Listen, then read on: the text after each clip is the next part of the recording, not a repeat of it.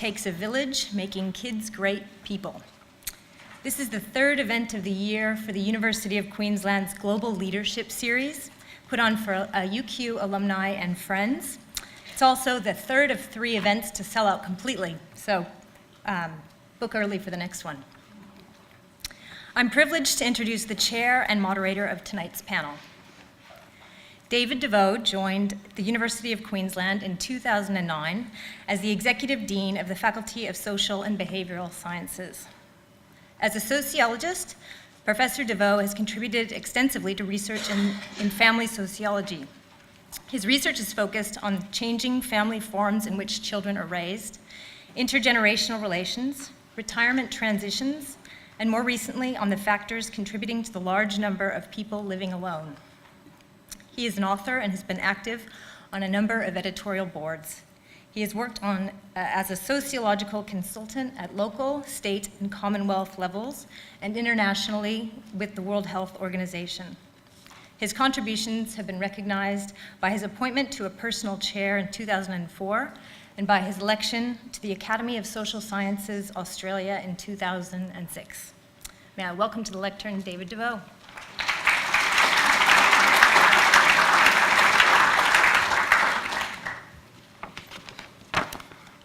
Well, thanks, Holly, but I'm not going to talk about any of those things or research that I've done.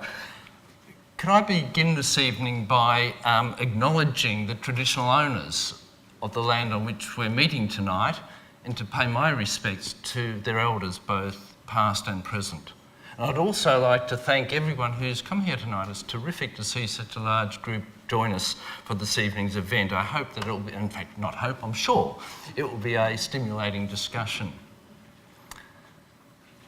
It takes a village to make kids great people. There are several themes within that statement, aren't there? First, the notion of making kids great people assumes that we can actually make a difference. Can we?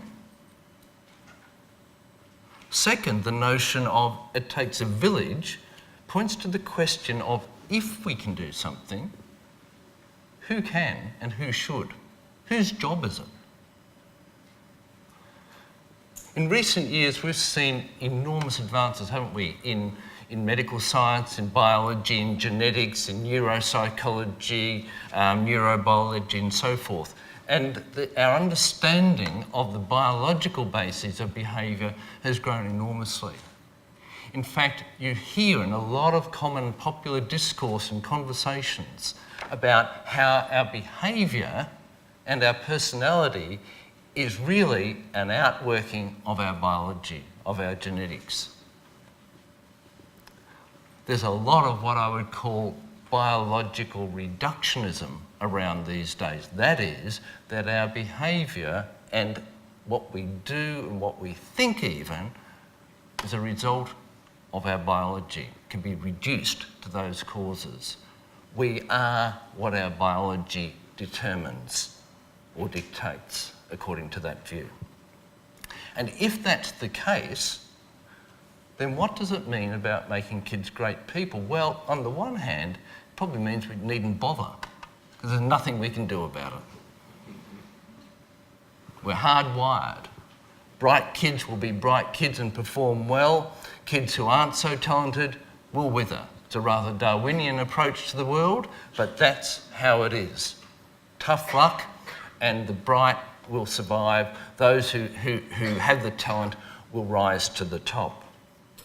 Or another approach, if all our behaviour is biologically determined or is somehow biologically determined, is to look for, if you like, biological solutions.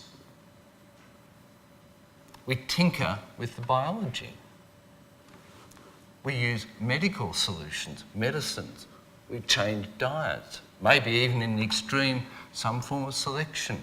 That's the way you'll enrich and make kids better off in the end. And there's certainly plenty of evidence of us using some of those approaches as ways of brightening or enhancing or making kids great people, or we think they will. Well, the social scientists and educators here tonight We see things somewhat differently. I hope we all do. Of course, we work within the constraints of biology and the potentialities of our biology. But we also know that, or believe, that by altering people's environment, their social context, we can make a lot of difference. We imagine the possibility of things being other than biologically determined. The second element of our theme is that it takes a village. Now, this can mean different things, so let me just highlight two themes. The first meaning that you might take from this is that to raise a child, to make their life great, it's too big a job for parents or for the small nuclear family. It's just too much, too big a job. And that what we need is something broader than that. If we rely just on a parent or parents in that small nuclear family, then the child is essentially is likely to be more restricted and is open to, if you like, just the good luck of being born into a competent, well-functioning family. A second meaning of it takes the village is that the development of a child is a social responsibility. A child is a social good and therefore a social responsibility. If children aren't born, if they don't thrive, it's not just the child that suffers, it's the society overall that suffers. Where children don't achieve their potential, we are all diminished. So maybe that's what it means when we say it takes a village. That is, we need more than just parents to be part of the raising of children, and that we as a society have that broader obligation. But of course, at a time when individualism is such a strong theme in our society, not everyone wants to take on that responsibility, and not everyone welcomes the village. So what do we do? Well, our speakers are going to tell us, I hope. This evening, we've got the privilege, in fact, of learning or hearing three leading UQ figures whose lifelong work has been committed to making a difference for children and young people. Now, each speaker is going to speak for about 10 minutes. And following their presentations, I get the chance to ask them some questions to follow up some of the things that they've been saying. I'm not going to hog all the time. You'll then get the chance to ask some questions. And then after that, we'll go upstairs to canapes and drinks where you'll have the chance to talk one-on-one or with some of our presenters. Now, let me introduce our three speakers. Professor Bob Lingard. Bob's a professorial fellow in the School of Education here at UQ, and he'll speak first. He's an international authority on school systems and ways of rethinking those systems and ways of rethinking educational policies to ensure greater equity, to help unlock some of that potential of so many children that don't thrive in our current systems. Prior to rejoining UQ in 2008, Bob held the prestigious Andrew Bell Chair of Education at the University of Edinburgh, and prior to that, Chair in Education at Sheffield University, after having been at UQ for many years before that. He participates in many educational committees, boards, policy fora, including the National Centre for Equity in Higher Education. In recognition of his contribution to education, Bob was just recently elected as a Fellow of the Academy of Social Sciences in Australia, one of the highest academic honours. Bob will be followed by Professor Margaret Barrett. Margaret's head of School of Music at UQ. She's a music education guru. She walks on a world stage. She's been National President of the Australian Society for Music Education, the Asia Pacific Symposium of Music Education, and if that wasn't enough, this year she becomes President of the International Society of Music Education. She edits international journals, and her research has investigated many issues, including young people's musical thinking, the role of creativity and the development of identity in young people. Margaret will be followed by Professor Matt Sanders. Now, Matt Sanders is Professor of Clinical Psychology at UQ and Director of the Parenting and Family Support Centre here at UQ, a centre that he established. Now, while many of us want to play or do play on an international stage, Matt's gone beyond that. He plays on sort of an intergalactic stage almost. As well as holding appointments at least 5 universities that we know of, his Triple P program is now used at scale in 24 countries throughout the world.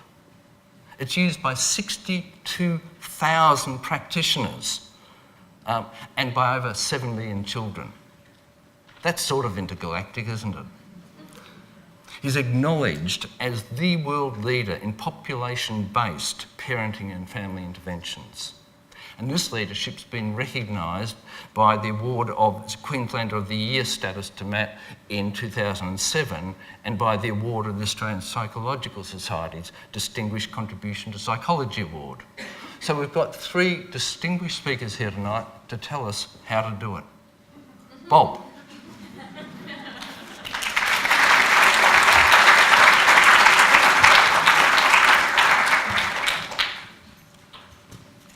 Thanks, David, for that kind introduction. They always sound like eulogies to me.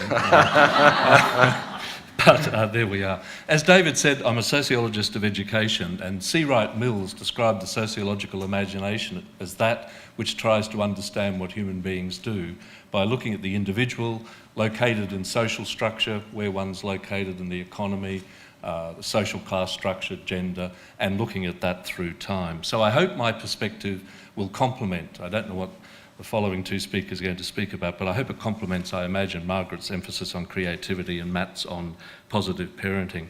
David attempted to deconstruct the statement, it takes a village making kids great people, and he said that parenting today requires more, and the raising of and making of great people requires more than just that relationship between parents and kids. And I will say, while the teacher-student relationship, and my focus will be on schools and policy and education, the teacher-student relationship is a centrally important one in schooling, but to make great kids, we need a relationship between that classroom and a learning community in the entire school, and relationships between that community and the community in which young people are located. And of course today, young people live virtually and otherwise, as most of us do, in a global village. And that global village is impacting on contemporary policy, as I will say. Making great people. I think contemporary education policy, the emphasis is on, at this moment, getting good test scores, getting good academic results. But we know great people, there's more to them than the job they have. They need fulfilling lives to be good citizens nationally and globally, empathetic individuals, good family members, and so on. So if I could just pick up on some of those things in a more academic way, John Dewey, the great American pragmatist philosopher, made this statement about what the best and wisest parent wants, that we should want for the education of all. And James Baldwin, the American novelist, says, "These are all our children and we will benefit by or pay for what they become." Now, I'm sorry I used American examples. I think the utilitarianism of Australian culture, we don't get similar sorts of speeches, perhaps. But these are making the point that Richard Tees, a sociologist at the University of Melbourne, makes well, that maybe we can measure the barometer of our schooling system by looking at what's happening in the schools located in the poorest communities. The Melbourne Declaration that all states, systems, government and non-government agreed to, it has this recognition in its statement of goals about equity and excellence, that there is a collective responsibility, and that's the village that I'm going to talk about. And you can see that collective responsibility there, from individual schools out through to the broader community. If we look at the great people that young kids will become, it's broader than just being somebody in the economy. And I think these are stated well in the preamble to the Melbourne Declaration. There's a central role of education in building a democratic, equitable and just society that is prosperous, cohesive, culturally diverse, and which values Indigenous cultures. And if we look at the bottom statement, we can see here the broader purposes, but I think contemporary policy tends to reduce these. Schools play a vital role in promoting the intellectual, physical, social, emotional, moral, spiritual and aesthetic development and well-being of individuals, the individual purposes, and ensuring the nation's ongoing economic prosperity and social cohesion. I think contemporary education policy and the development of national frames for schooling are largely about the human capital Australia needs to compete economically, and some of the broader goals often get washed away. The subtext, I suppose, of the topic tonight is this: how can we, as a society, help all children to fulfil what they might become? And if we look at the research evidence, it's quite overwhelmingly that there are two major factors which affect the performance of all young people through schooling. Affect different young people in different ways, of course. But first are teachers, their pedagogies and assessment practices in the classroom, but also the backgrounds that young people bring to school. And good policy, I think, needs to work across the two. In research I did with colleagues here at the University of Queensland, funded by the federal government, late last century, early this century, we went into 1,000 classrooms and mapped what was going on there. And we looked at the outcomes of those young people, and we developed a model we called productive pedagogies, which we argued would make a difference to the learning and achievements of all young people in the schools, irrespective of year levels, standard of performance and so on. And these pedagogies were intellectually demanding, and we found that not enough of the pedagogy stretched all young people at whatever stage of development. They weren't intellectually demanding enough. They were supportive. Now, we found a lot of care, and we think teachers should be congratulated for that, but not support which demand was linked to intellectual demand.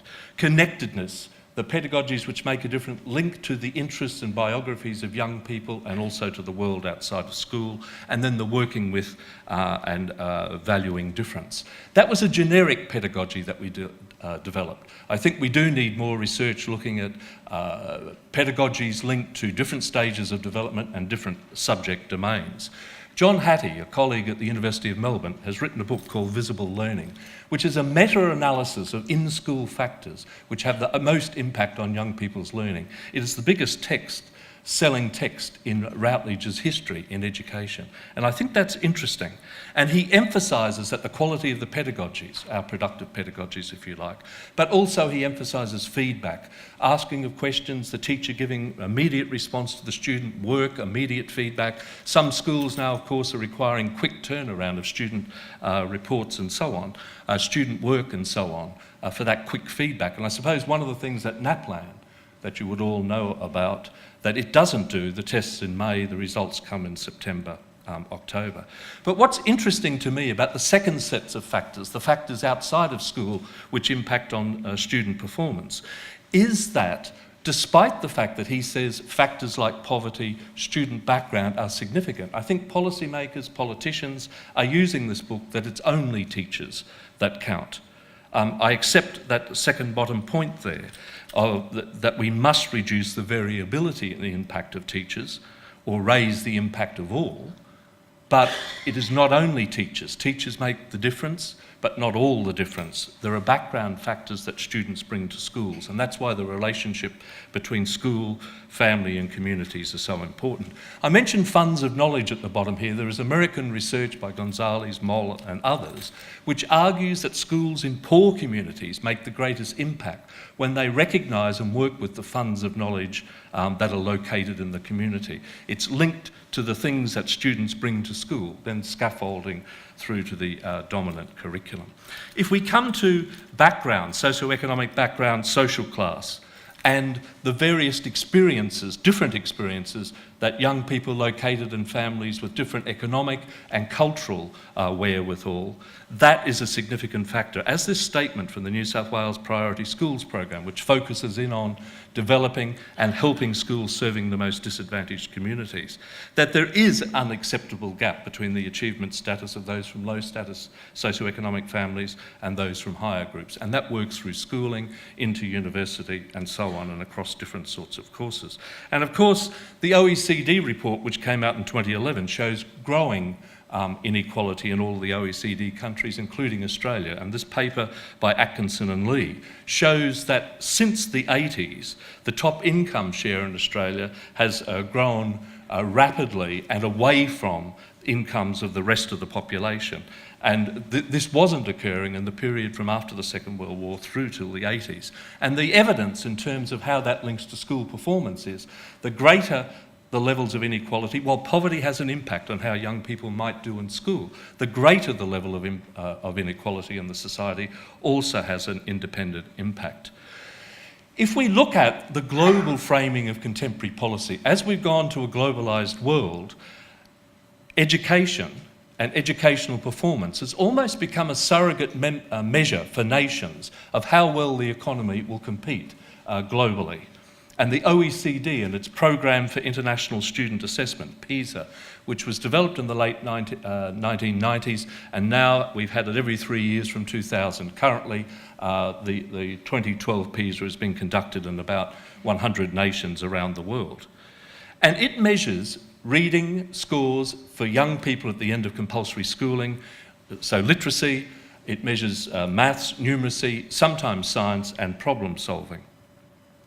And if we look at this table, where one wants to be in terms of PISA results, and this is for reading literacy, one wants to be in that top right-hand corner, which is high quality performance. So if we look at the y-axis, at the top is high performance, at the bottom is low performance. If we look at the horizontal x-axis, across to the right is that background. Socioeconomic status has limited impact upon young people's learning, and out to the left it has great impact.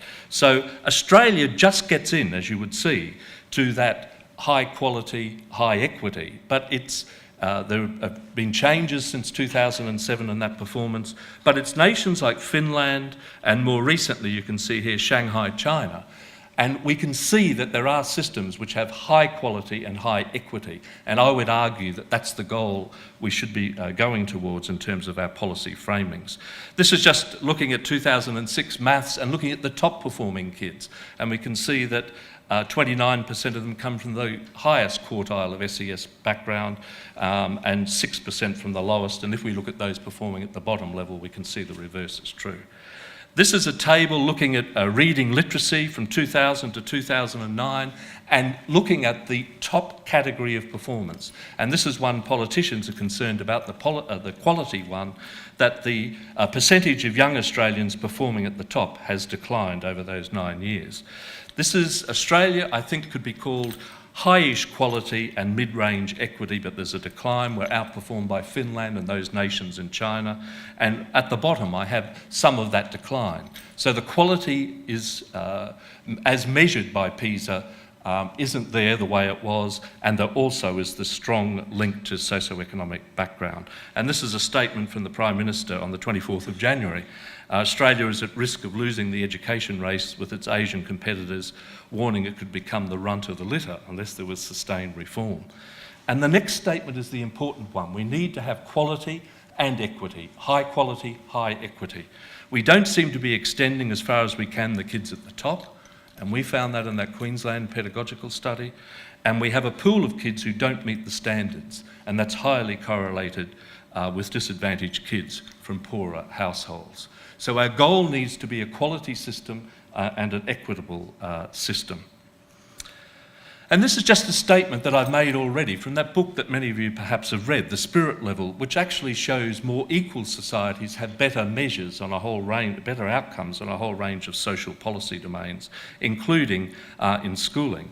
And what this table from the Spirit Level shows at the bottom, measures of high to low income inequality, and then put together with 2006 PISA results, maths and literacy pushed together. And one can see high income inequality nations, like as measured by a Gini coefficient of the USA, and low performance, and the more equal in terms of income, Finland, Japan, Sweden, those Scandinavians. And you can see where Australia is positioned there.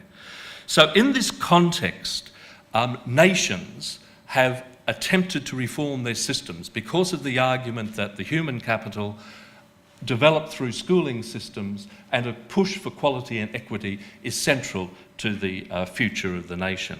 And I've taken this from a recent book by Pasi Sahlberg, a senior bureaucrat in the Finnish system, which has come top in all of the Pisas. And in the first Pisa, they were as shocked as anybody else in the world. But what he does is compare their reform with what he calls GERM, the Global Education Reform Movement, which I think is dominant in the Anglo-American nations. And he says that what we've got, and I think this is the policy framing in Australia now, standardised testing and teaching and learning as opposed to customised, and much more teacher autonomy, and highly educated and highly valued teachers and people, young people at year 12 wanting to go into teaching in Finland. A focus on literacy and numeracy here, and I've been in schools in a regional part of Queensland for quite a bit now and have found the impact of NAPLAN scores and the focus on those things. So a persuasive essay is one of the things that's now being tested. And you see lists of words which can be used in persuasive essays on the walls in classrooms, and there's teaching to the test. Prescribed curriculum, the national curriculum that we're moving into and implementing now, is much more prescribed than, say, the curriculum we've had in Queensland previously, as opposed to risk-taking. This borrowed market-oriented reform ideas, that is competition between schools and individuals, my school website, like statistically similar school measures on that website, measures of a school against national averages and so on.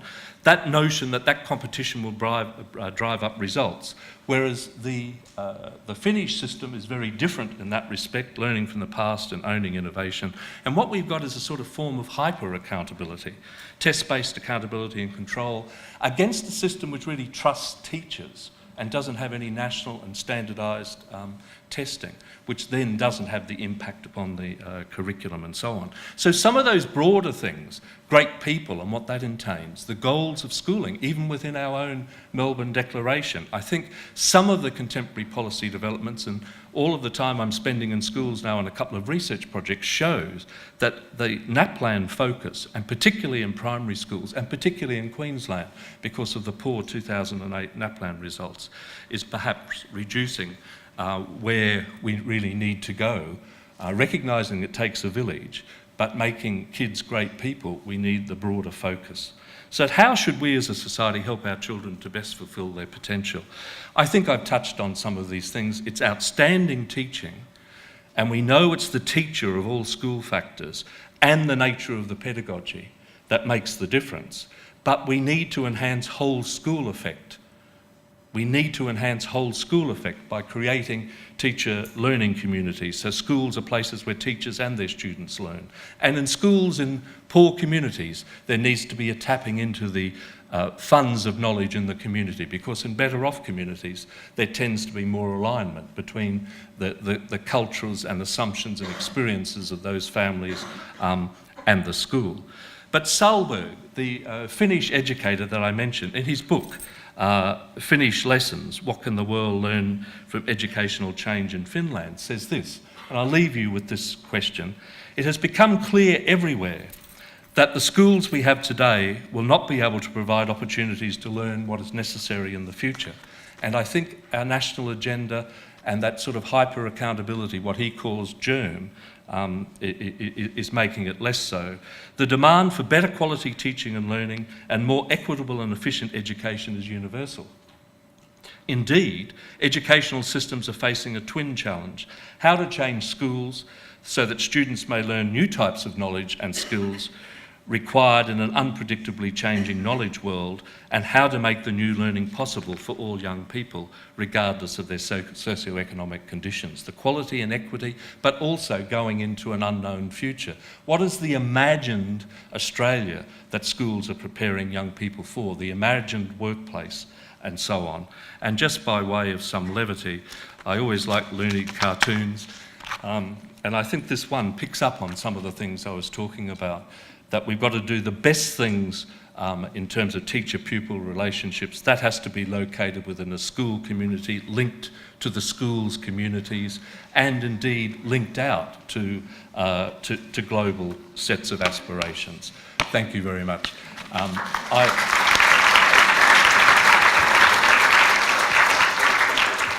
I will now introduce my colleague, Professor Margaret Barrett. Thanks, Margaret.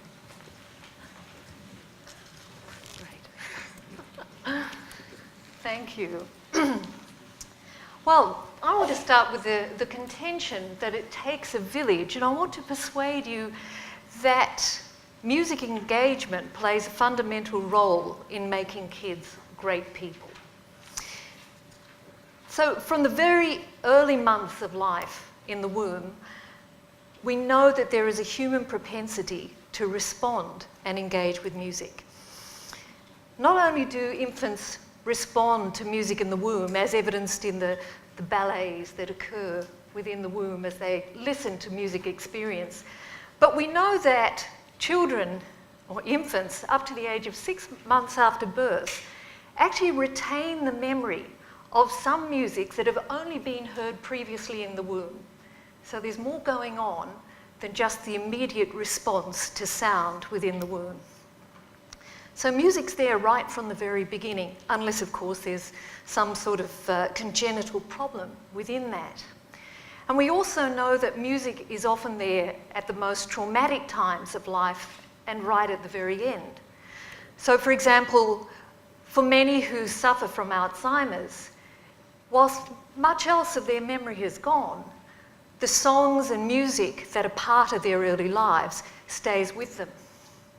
We also know that those people who have suffered severe brain trauma, and brain trauma that affects their language capabilities, can often regain speech when it's carried on song. But without that music support, it's very difficult for them to develop that. So I want to explore a little bit about these early vocal behaviours. So from the very first moments of vocal production, the primal scream, the crying, the cooing, the babbling, the musical babbling that we hear in young children, there's a lot happening there in terms of musical engagement. Those vocal behaviours that young children engage in are meant to elicit response. Now we might say, yes, of course, Margaret, those responses that they're trying to elicit are, please feed me, please change me, please hug me, please wrap something around me. But it's interesting how important a role music plays in those formative behaviours of the young child. And also how much we respond in music, regardless of whether you think you're musical or not. Whenever we listen to people engaging with children, they're using their voices in musical ways. Listen to baby talk. Hello. Oh, aren't you gorgeous? Who's gorgeous, boy? Oh. All of that musical effect, which we just all do. Nobody taught us how to do it. But that music is part of our engagement with life. And for all of us, music is part of that communication. Some have suggested that it plays such an important role that the notion of communicative musicality has been developed. Now that is a concept that explains the ways in which there is cooperative behaviour between the caregiver and the infant. The infant's vocal behaviours are meant to elicit from us a response, and they're very, very successful in doing that. And our response to them is one that gives them support and care and love, as well as the usual needs of warmth and food and changing and comfort and so on. When we listen to that communicative musicality between a caregiver and a child, there are these sorts of qualities to it. There's a pulse to it. In other words, a rhythm. There is a kind of music when you listen to it, in the turn-taking that goes on. It has those qualities of an expressive vocal and bodily gestures, as I just gave you an example. And importantly, it's imbued with meaning. There's a narrative in there, and it may be a narrative of love, of support, of reassurance, of protection. It's a narrative, nevertheless. Ellen de Saniaki has suggested that music and actually art making in general addresses 5 psychosocial needs, those that she outlines there. And I just want to talk to those a little bit.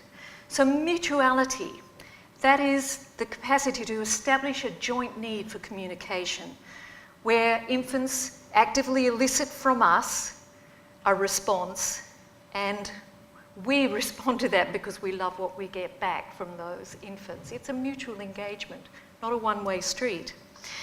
And in that, the parents, caregivers, and the children establish a sense of belonging within that family, within that relationship, within the larger community, within the village.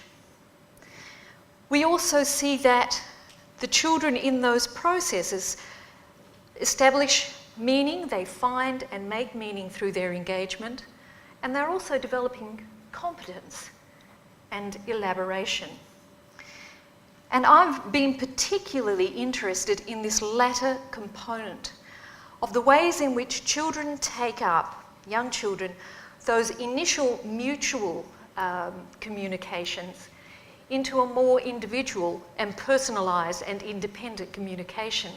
So a lot of my work recently has been looking at this phenomenon that I've called invented singing and song making. And it arises from that joint music making, and it has a range of those qualities that you see there. I've looked at the ways in which young children engage in music making and how that contributes to their identity work. The ways in which their invented song making, it reflects the music that they're being exposed to, so we learn something about their musical knowledge.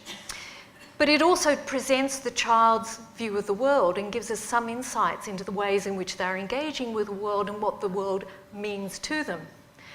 It gives them a way of exploring not only their musical competencies, but also their linguistic competencies, and I would suggest their social competencies. And there it provides a means to practice those particular forms.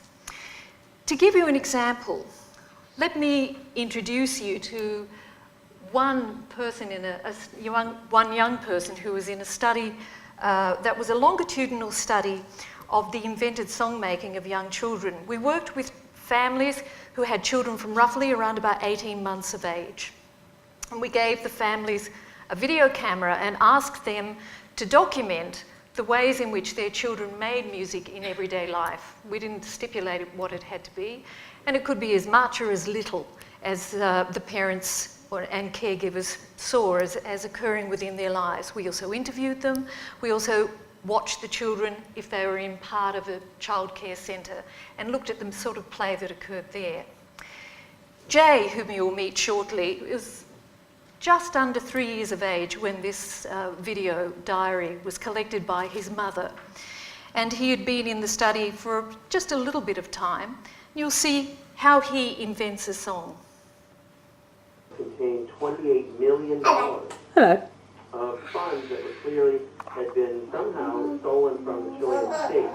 And I think the evidence is overwhelming. Baby crying, baby crying, baby crying now. They were doing.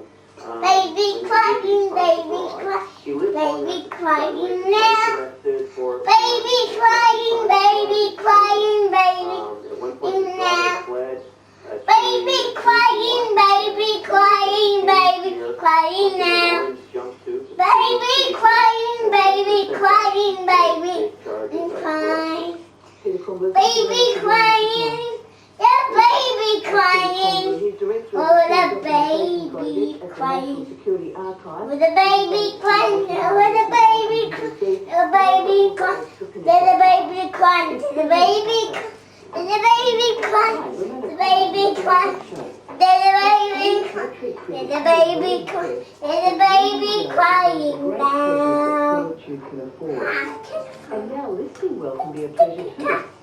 Telephone ringing up, telephone ring, telephone ring, nothing. Hello, telephone ring, telephone ring, telephone ringing. A telephone ringing, telephone ringing, telephone ringing. Telephone ringing, telephone ringing, telephone ringing. Telephone ringing. Hello, bye. Bye.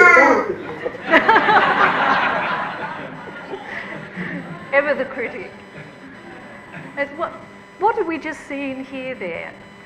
We started off with Jay musing, baby crying, and then launching into his song about baby crying now. So he was stating what was happening in his life, and whether he was doing it consciously or not, the effect on his brother was to stop his brother from crying. There was, whoa, what's going on over there? And then from then, he launched into the telephone ringing song, had a little riff on the telephone ringing. And in that, he tells us about an everyday happening in his life. Telephone rings, and I say hello. Okay. And we hear in that also his big ending. He loves a big ending. But I want to go through beyond just those simple points and to think a little bit more about what's actually happening here. I think what Jay's doing is that he's using his song making to establish mutuality with his brother, with the rest of his family. His song making is a means, if you like, of identifying and belonging to that social group of the family, and to talk about the everyday things that occurs in that family. You know, that we're a family with telephones, and we engage with people who use telephones, and that's part of my world. He's making meaning of his everyday experiences through telling himself the stories of those everyday experiences in both his baby crying and telephone ringing songs. I would say he's developing quite a degree of social competence. When we look at what's happening musically, he demonstrates an extraordinary grasp of how a song goes. This is a young boy under the age of 3, yet he knows song structure, phrases, he knows how words go with songs, and we begin to get an inkling of his preferred styles and genres of music making in the syncopated da-da-da-da-da-da-da-da that's part of it, and also the big ending at the end with the vocal flourish that is part of a jazz tradition. So there's quite a lot happening there musically. How's it happened? Well, he's not learnt it through formal lessons. He's learnt it through engagement with a community, with a family that values his music making and supports his music making, and is also part of that music making. They don't describe themselves as particularly musical, but music is part of what happens in that ordinary family's life. And I suggest through that process, Jay is developing those 5 psychosocial needs that we see there through his competence in music and music making. So I would suggest that it takes a musical village to make great people. Thank you. And to Matt.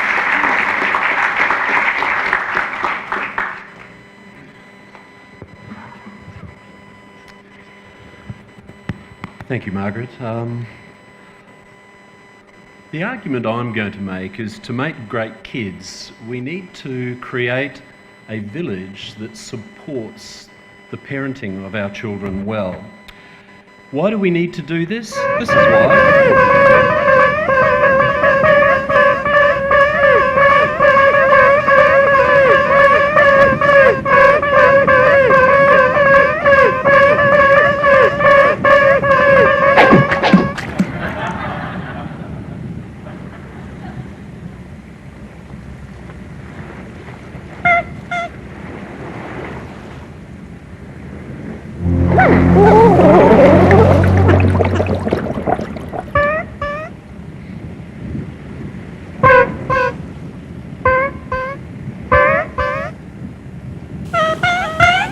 Here we are, 73% of parents are stressed.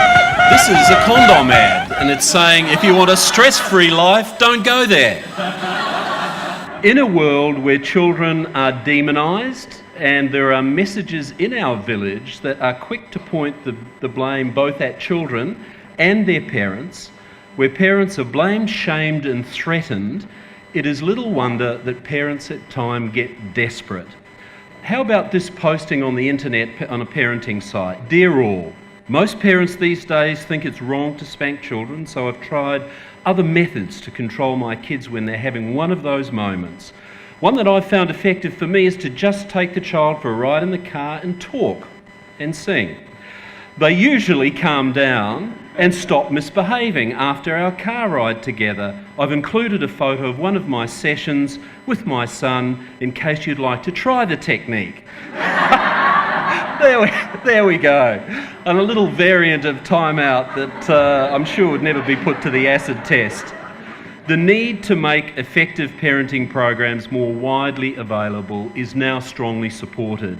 At a policy level, the World Health Organization, in looking at the global level of violence in our communities, has identified parenting and the population-based implementation of parenting strategies as a central strategy to reduce the prevalence of child maltreatment in our community.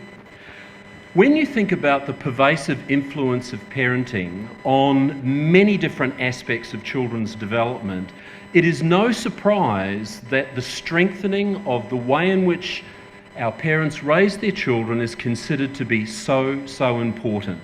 For example, the day-to-day, moment-to-moment interactions between parents and their children influence many different things, including the rate at which they acquire language, their spoken communication, the extent to which they develop social capabilities that enable them to get on well with their peer group, to make and keep friends, and also to avoid being teased or bullied in the school environment.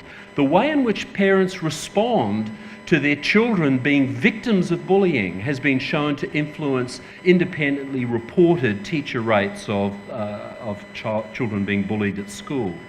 The capacity of children to regulate their emotion is predicted by parent-child interaction. There's a recent study that's been tracking children from birth to age 40 that reported some very interesting data from the Dunedin longitudinal study. It basically found that the measured level of self-regulatory capability in children as young as age 3, prospectively 30 years later, when these kids are followed up at age 33, after controlling for social class of the parent, the level of poverty, and the educational level of the parent, predicts three things: health, wealth, and criminality. When you think about factors that influence children's self-regulatory capability, their relationship with their parents is critical. How children responded to natural disasters, for example, the floods and cyclones and bushfires that we have as part of the natural landscape of Australia, is also influenced by the way in which parents respond to distressive emotion in children. Whether they're able to bounce back after a disaster, let the distress go and return to normal levels of functioning, are influenced by parental reactions and role models in their lives. So is how physically active, children's nutrition, the extent to which they are physically functioning well, their capacity for sustained attention and problem solving is influenced by the way in which parents respond in early childhood years to children's initiations for request for help, to show parents something, to share something with them. The way in which parents are learning to respond to support children's curiosity, their observations, their discriminations between shape, colour, size, function, is all influenced by the way in which parents react. And so where we have massive individual differences that are already pre-existing by the time children get anywhere near our schools, and for some of those families there will never be catch-up. Doesn't matter what the quality of education is, the differences are so vast between the learning experiences of children in the early years of life, it makes it extremely difficult. So could there be a common pathway to the improvement of well-being of children and their future capabilities through parenting that would reduce social, emotional and health problems? The evidence is starting to emerge. Good parenting is not just good for kids, it's very good for adults. So for example, parents who are doing positive parenting programs who are depressed at the beginning are significantly less likely to be depressed at the end. They're less stressed, they're less angry and explosive, there's less couple conflict in a two-parent household, and interestingly, they function better at work. Now you can say, well, how is good parenting related to functioning at work? Well, I tell you, the transitional period from getting ready to go to work can set you off on an awful day's course. It's been found from diary studies that if working mums can leave for work without having conflict with their children over breakfast or getting dressed, they have a better day at work, it's less stressful, and they're less likely to get into an argument with a workmate. The idea that good parenting could influence not only children's life opportunities, but the quality of life of the family is a reality. In the development of Triple P as a multi-level system of parenting support that ranges at the most basic level through a social communication strategy that includes things like television series, websites, and a fundamental message through a media campaign called Stay Positive. And it's this message: it doesn't matter what your children are doing, how challenging and difficult they may be, if you remain positive as an adult, you're more likely to solve the problem. We don't need a one-size-fits-all. What we need is a tiered continuum of support for parenting that ranges from very light touch to much more intensive. But it's a very unusual person who's able to raise their children in a modern era that can do so completely with no support for that role. The unfortunate thing, however, is that in a world where there's a massive information explosion about parenting, you do a Google search on positive parenting and you'll get millions of hits. Parents have never had more information about raising their children. The quality is dubious, it's often internally inconsistent, there's not enough evidence to support what's dished up on these websites and so on. More worryingly, however, we are creating a generation of prompt-dependent learners who are parents who are basically not able to execute execute their basic common sense and judgment about how to deal with a current parenting situation without checking. And once you get that checking behaviour occurring, it's not good for the independence and autonomy of parents in making good decisions with their kids.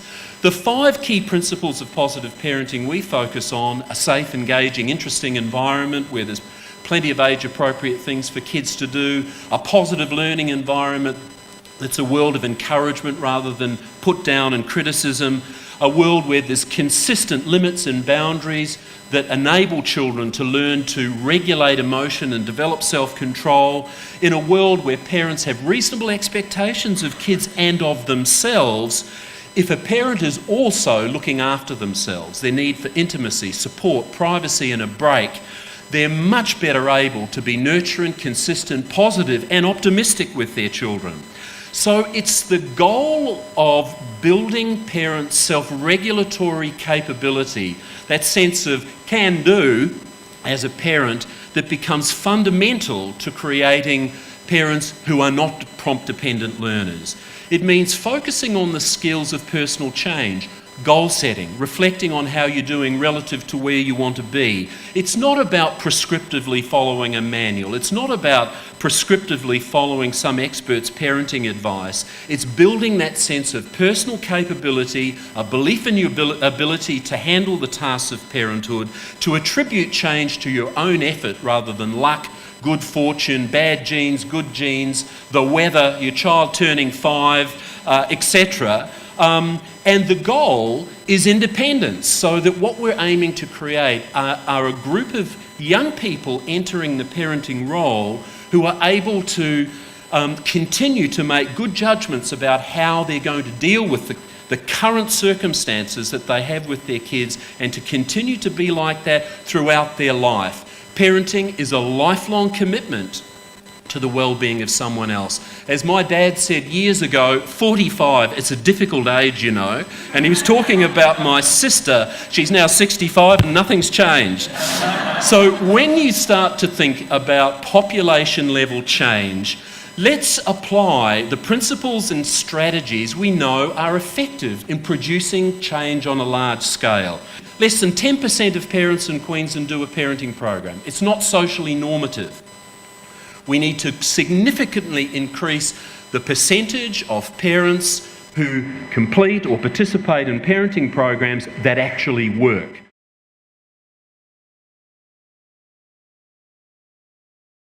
Building a research capacity around international collaboration, independent evaluations of population level implementation of programs, and developing common measures within a community is part of being able to have a global approach to promoting the well-being of children that is respectful of cultural difference and embraces it. And one of the greatest challenges that we confront are assumptions of cultural homogeneity, and it's expressed something like this. In training, someone will say, look, that's all very well, but you know, you can't do this with Vietnamese parents. They hate praising their children. And it's expressed like that. They hate praising their children. Therefore, the program is not relevant to working with Vietnamese parents. And you think, well, gee, that's a hard call. When you think about diversity within any community, you'll have differences and viewpoints on the appropriateness of one or more parenting strategies. But to, in a culturally stereotypic way, not to represent diversity of opinion and the views that different parents may hold relating to how they wish to raise their kids is a shame. We've just come back from Glasgow. This is a UQ-PPP-led conference that travels the world. It was in Glasgow this year, last year it was in Antwerp, next year it's in LA. The headline at the bottom is the Scottish Herald, where PPP is making the headlines of the newspaper 2 days in a row relating to the implementation in Glasgow of a population-based strategy around parenting. In order for this to work, we need to embrace parents' views on the uniqueness of the parenting challenge they confront. So a one-size-fits-all scenario is not promoted. These are just examples of the kind of projects that enable us to get to a point when an evidence-based practice is tested, trialled, put to the acid test of a randomised evaluation, and then is readied for deployment in the professional community. And that's where the action starts, not stops, because one of the things that research that's now called implementation science is leading us to know about is that there are processes that lead to the flourishing of innovation in the world of implementation of programs or the dying of them. And the things that have seemed to be important are strong champions within the system that are advocating for change, good line management support, well-trained staff, adequate supervision in a new practice, the provision of things like technical consultation and support, and the routine evaluation of outcomes. When you think about the key take-homes that I'd like to leave you with, I believe very significant progress has been made about how to support parents in a respectful way in the task of raising their children, where parents are provided with the minimally sufficient level of support that they require to get on with it. Not to become dependent, needy and reliant on others, because a lot of parenting is a solo effort. There's no room for complacency, but what we need is sustained commitment to the funding of programs that really work, and the research process is critical to achieve that outcome. Thank you very much.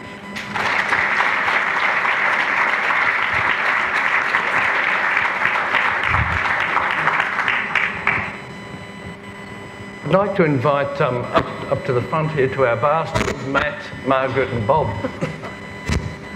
I told you they were committed, didn't I? You can tell from the enthusiasm they've spoken about the topics. Matt, whilst you're all warmed up, could I go to you talk about population level programs, and you gave, for example, the South Carolina where you had the positive parenting community. I take it that the positive parenting program interventions are not with every family in that community, but with some of them, yet it affects the whole community? Mm-hmm. How's that? Well, you remember when it became unfashionable to smoke in other people's homes? There's a tipping point within a community where change in a behaviour is no longer supported and it's not considered to be appropriate. I think you get a tipping point with positive parenting where enough of a neighbourhood has done it, they've spoken to neighbours in that community, and you get this social momentum building about it being now not only positive but desirable to participate in a parenting program. This can take years to achieve, but the best predictor of doing Triple P is knowing a neighbour who's done it. Thanks, Matt. Margaret, I want to share with you a childhood trauma. When I was at school and we had singing, I was sent out to chop the wood. I take it that wasn't a musical village, so what does a musical village look like? Well, I'd say that was probably a particular form of a musical village, but not a very inclusive one to start off with. I was enthusiastic. And a teacher could have worked with that. I would suggest that what takes a village to be musical is the recognition that we all are musical. In many ways, music education has done itself an enormous disservice by focusing at the very, very top of music engagement and using that as an excuse or a reason not to have everybody engage with music. You saw Jay there. We worked with lots and lots of young children. They all invent songs. Nobody taught him that song, he made it up himself, and he makes up songs every single day. Music is just a natural part of the communication, and from building that and recognising that, we recognise that every village is musical and it has the potential then to develop musicality across the full range, and music services a whole range of different ways of engaging as a human.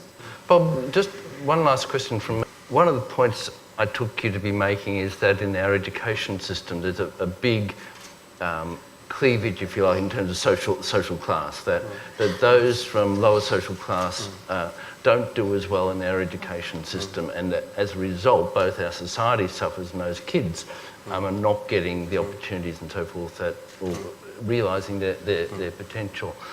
What is education policy in Australia, or Queensland more specifically if you like?